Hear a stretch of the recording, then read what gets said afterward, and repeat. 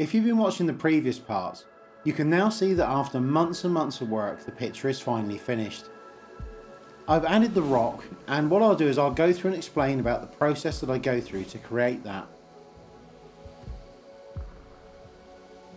The original guideline that was put in was straight, so I now just want to alter that using a blending stump and kneadable eraser. Because the line was only sketched in lightly, it's a relatively simple task to just alter the shape of it. And because the blending stump is a relatively non-invasive tool, this makes it ideal when sketching in areas such as the rock.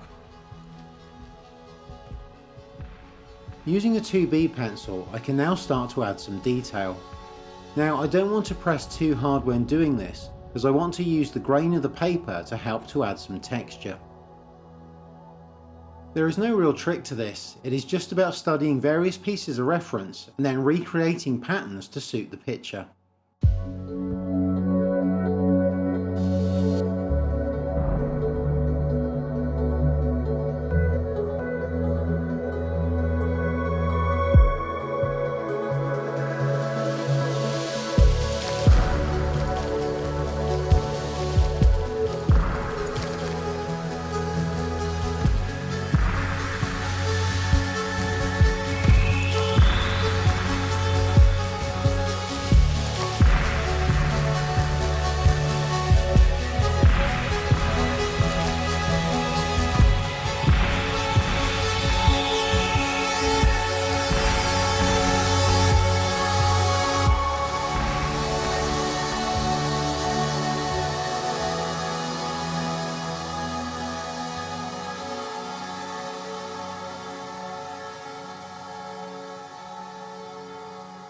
Using a makeup pad that's become saturated with graphite from use over time, I just apply a little bit of tone to the background area.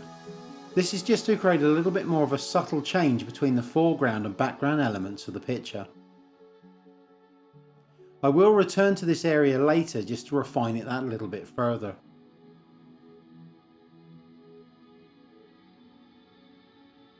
As the rock develops, it does tend to look a little bit too harsh. So what I do to deal with this is to just take the kneadable eraser, pinch the end to make a blade, and then this can be used like a brush to simply remove layers of tone at a time, and this in turn will create more subtlety. At this stage I tend to spend a lot of time viewing the picture from a distance, before making a decision on what part of the picture I actually want to work on. The key thing to remember is that you don't want to have anything that detracts from the main focus of the picture. I can now use a blending stump to just establish some darker tone in the background area next to the body and paw. And then just using a new clean makeup pad, I can just smooth out the tone and blend out the rest of the background. So just a little bit more work to do now. First of all, I just want to add a little bit more darkness with the 4B pencil. I can then lighten some areas as well as also make any last minute alterations using the kneadable eraser.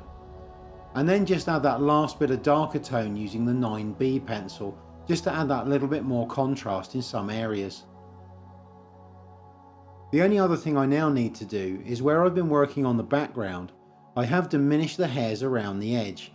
So I just need to go back in with a sharp F pencil to just re-establish these and make them a little bit more prominent.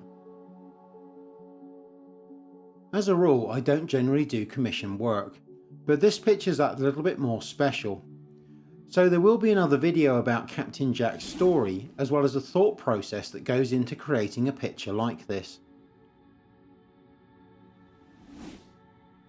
As always, if you do have any questions, please feel free to ask. I'm always glad to answer them. And why not let me know what you think of the picture now it's finished in the comments below. Thank you for watching, and I'll see you next time.